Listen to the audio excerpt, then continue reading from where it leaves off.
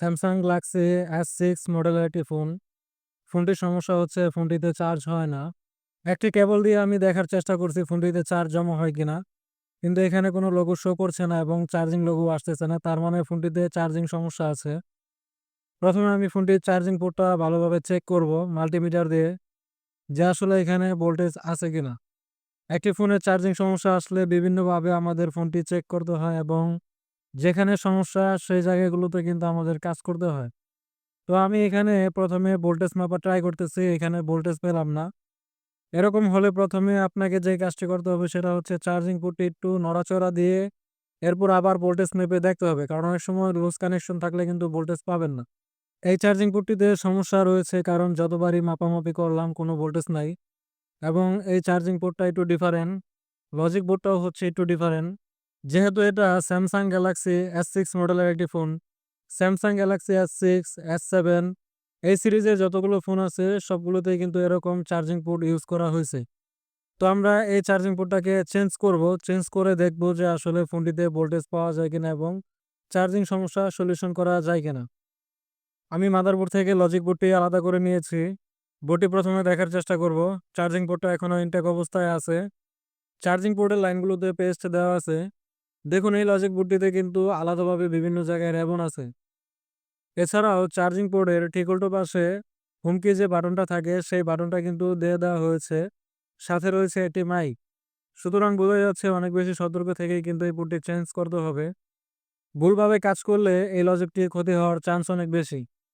১ম এ আমি এই লজিকটির যে পেস্টটা আছে সেই পেস্টটা ভালোভাবে উঠিয়ে ফেলবো। এখানে আমি হটগান দিয়ে ধীরে, ধীরে হিট দিচ্ছি এবং পেস্টটা কেটে ফেলার ট্রাই করতেছি। এখানে হটগানের হিট থাকবে খুবই সামান্য। আমি হিট রেখেছি ২৫০। অতিরিক্ত হিট দিয়ে কাজ করা যাবে না। কারণ বেশি হিট দিয়ে কাজ করলে লজিকের উল্টো পাশে অন্যান্য যে কম্পোনেন্ট সেগুলো ক্ষতি হবে। আমি খুব ভালোভাবে পেস্টটা ক্লিন করে নিলাম।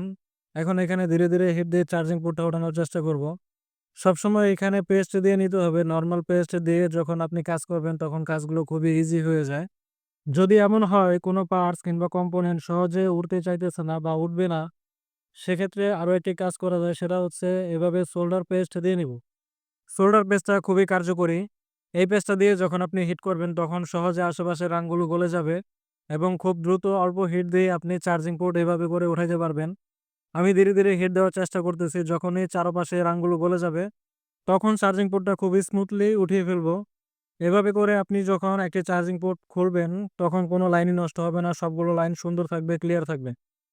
এখন আমাদের যে কাজটি করতে হবে সেটা হচ্ছে সেই লাইনগুলোকে ভালোভাবে পরিষ্কার করে নিতে হবে।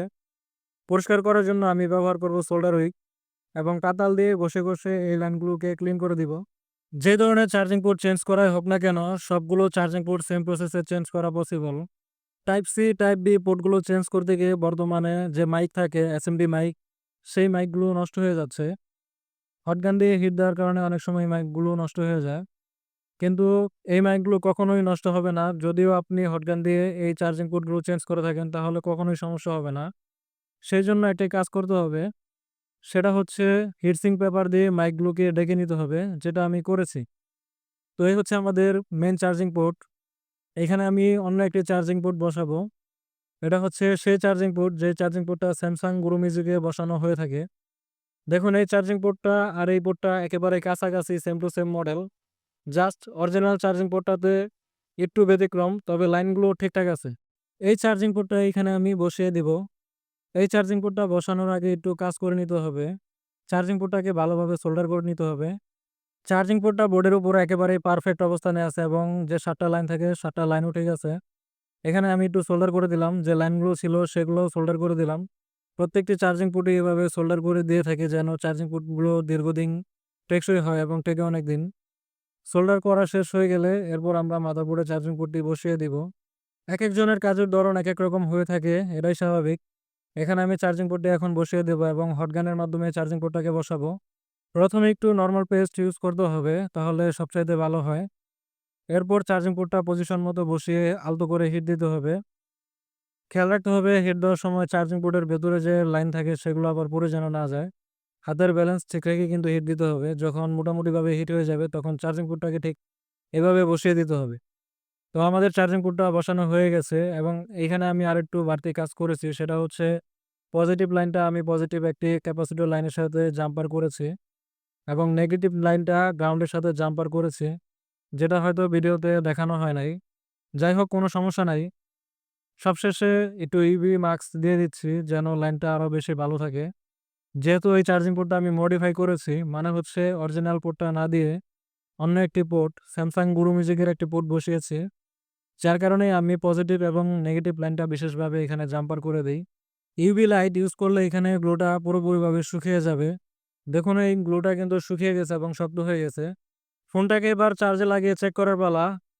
যারা এই ভিডিওটি দেখতেছেন, যদি ভিডিওটি ভালো লেগে থাকে তাহলে অবশ্যই একটি লাইক করবেন। কারণ অনেকে ভিডিও দেখার সময় লাইক করতে ভুলে যান।